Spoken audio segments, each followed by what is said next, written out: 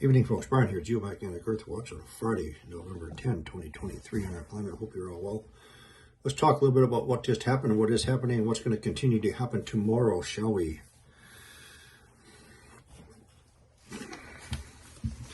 So once again, we're going to have some more space weather impacting our planet.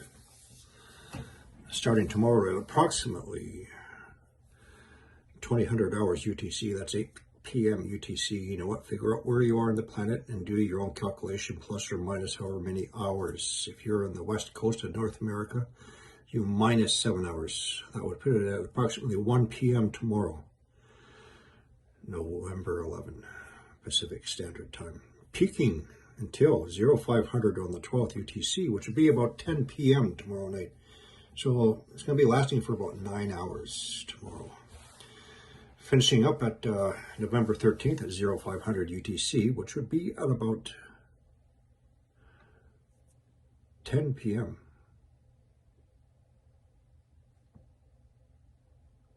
These times are going to be adjusted anyway.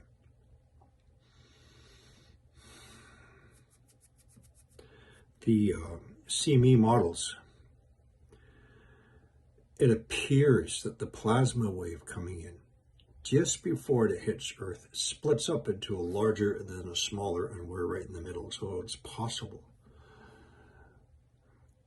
we can get just a side swipe. It's also possible we're going to get it straight right in the face.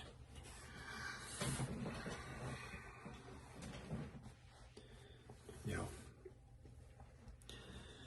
there's always differences between the NOAA's model and the NASA's model. Now, both of them forecast a G2 moderate geomagnetic storm. However, Brian Gunderson of Geomagnetic Earth Watch once again forecasts, probably very accurately, a G3 strong geomagnetic storm. It will pick 2, such as it happens the last 3 times.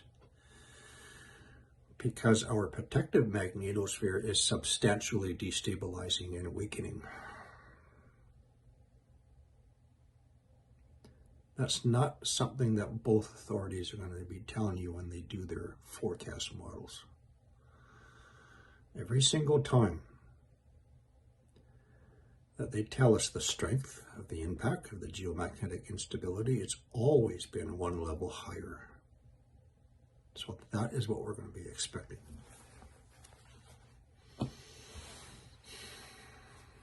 So let's talk a little bit about solar events, impacts on our planet, not just the human brain, but the resulting earthquakes and volcanic eruptions.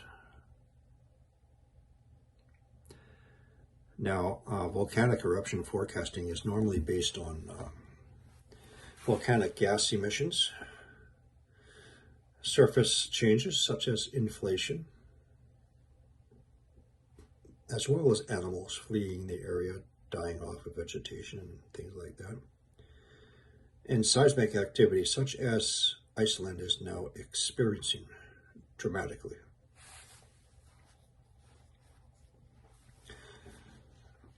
So there is an increase, a noticeable increase in earthquakes and volcanic eruptions following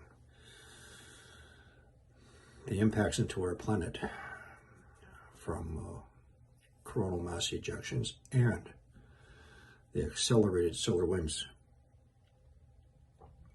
and the galactic cosmic rays and something very ominous, something very big, something very large entering into our solar system.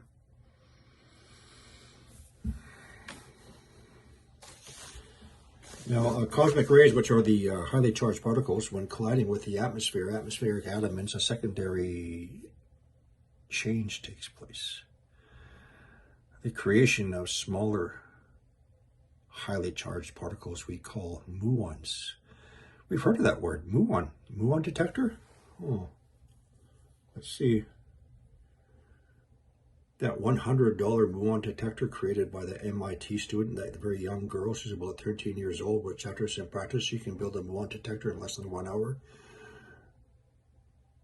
Well, that's the same muon detector from that scammer in Coventry that says it costs $10,000 British pounds. That's $17,000 Canadian. Wow. I gotta have some fun. Come on. So the muons are relatively high mass particles, which allows them to penetrate through the Earth's crusts, as well as into the magma chambers of volcanoes. This was a study done by two Japanese scientists observing Sakurajima volcano. They also applied the study to the 1991 Mount Pinatubo eruption, which was preceded by coronal mass ejection, impact into our planet, and Typhoon Yunnan, a typhoon that passed by just before the eruption. So a typhoon drops the atmospheric pressure, which allows increased levels of cosmic rays coming in. So atmospheric pressure acts as an umbrella, but when a typhoon comes in, it collapses the atmosphere. There's a drop in the barometric pressure, which allows increased levels of cosmic radiation coming in. That was the basis of their study.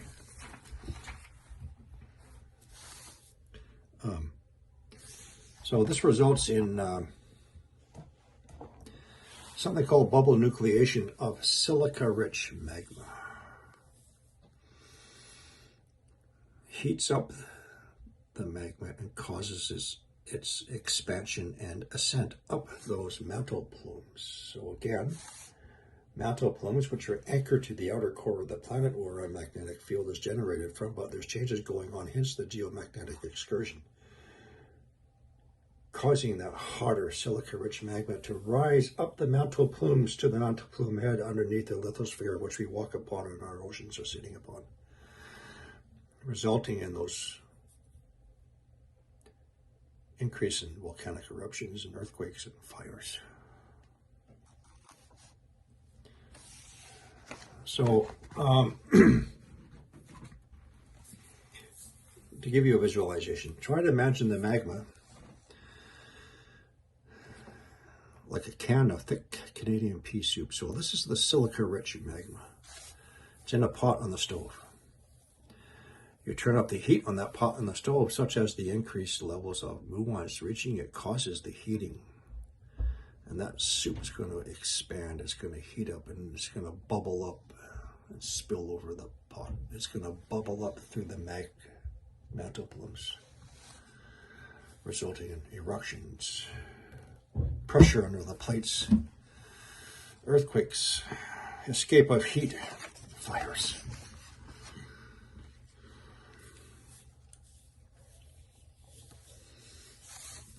So let's go back a couple of days. What happened? We had a CME impact from the filament eruption. Then we had the accelerated solar wind streams from the coronal hole open, which at this time, right about now, is starting to die off. So the timing when these earthquakes and volcanic eruptions and pressure begins to happen, it varies, man. It's anywhere between, say, 8 to 72 hours after a impact into our planet. What happened since then? We had a large earthquake in the Banda Sea Arc since then. We've had a dramatic increase in volcanic-related or magma-related earthquakes below Iceland concerning. Many other earthquakes I haven't had time to tell you about, Papua New Guinea, New Britain area. A changing in the mannerism of the Cascadia subduction zone earthquakes, starting with an earthquake in the middle where we don't normally have them off of the shores of Oregon. And then 5, magnitude 4 plus, up to a magnitude 5 earthquake on the Mendocino Ridge. people, I studied that area. I took every single seismic events for a 10-year period of magnitude 4 and above, and every single tremor event for a 10-year period, looking for patterns. If there was a single magnitude 4 on the Mendocino Ridge, I would completely ignore it. Happens all the time. We like to see them out there. Relieves the built up pressure on land.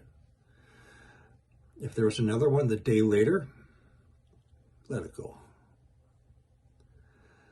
But 5 events in a very, very short period of time, plus the magnitude 3.1 where we don't have earthquakes.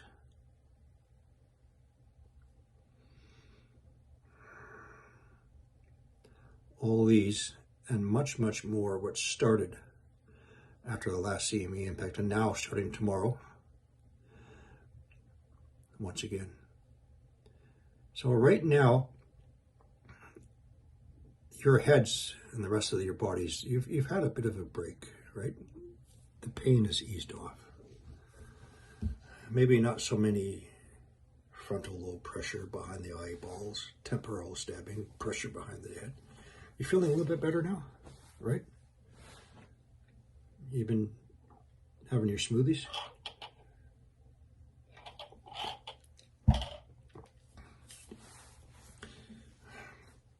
So right, not until tomorrow, approximately 1 p.m. West Coast time. And for a 9 to 10 hour continuous period.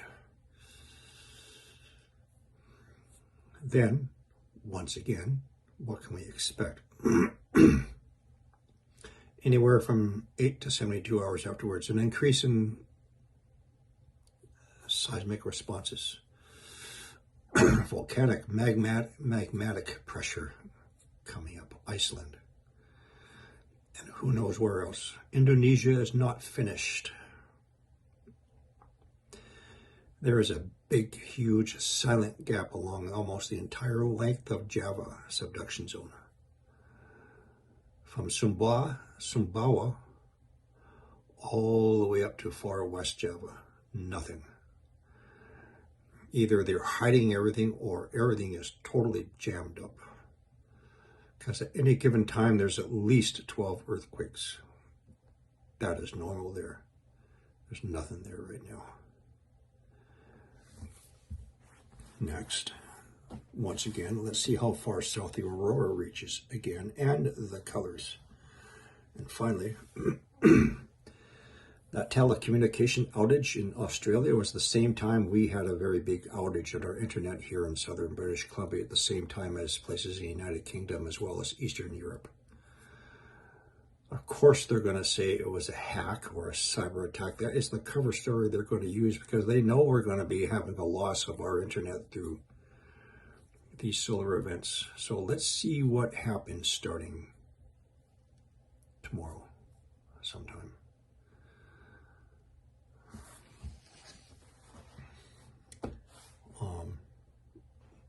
Yeah, I think that's it. Get your rest now. Well, I hope you have a very good sleep tonight. Tomorrow, we've gone through this so many times, we know what to expect and what to do with this knowledge to prepare ourselves for the next 24 hours. And watching our loved ones who are more susceptible to space weather conditions.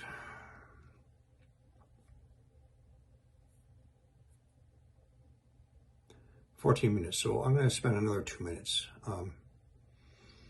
When the big one hits, I'm not talking about earthquake, I'm talking about a solar flare large enough to take us out.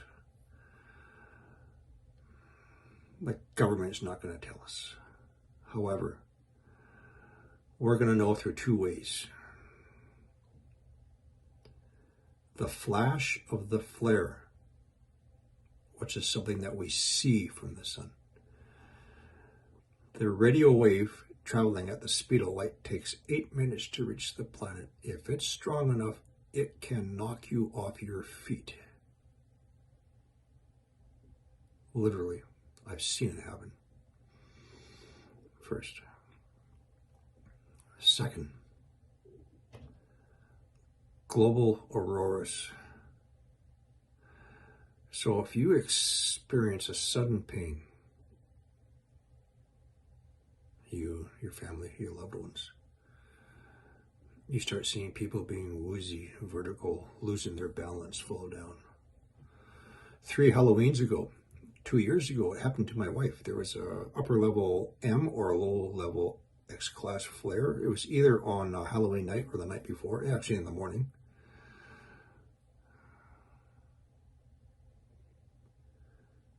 She put her body against a wall to prevent herself from falling down, sliding down. I picked her up, put her in the bed, and after checking her vitals, I knew exactly what happened. I picked up my smartphone and I checked. Oh yes, man, we got hit huge times. 10,000 watts a meter square of X-ray radiation hit us. At the time I checked my phone, it was probably much larger. When a large enough Carrington type level event happens, we are going to feel it. Then we have 8 to 24 hours before lights out permanently. Then that following night, if we start seeing auroras everywhere and so low,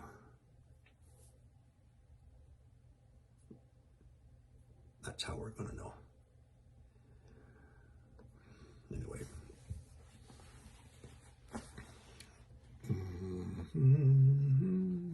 That's it for now, folks. Take care of yourself, take care of your loved ones. Remember, the people who already have mental health issues, they're going to be suffering again tomorrow. And actually, some have been suffering up until now. Like I said, those accelerated solar winds are just now starting to ease off, and then we're going to get hit again.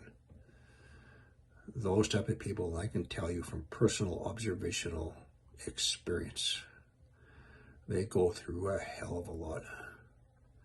You really need to understand them. You really need to understand the autistic child and adults, ADHD, schizophrenia, etc.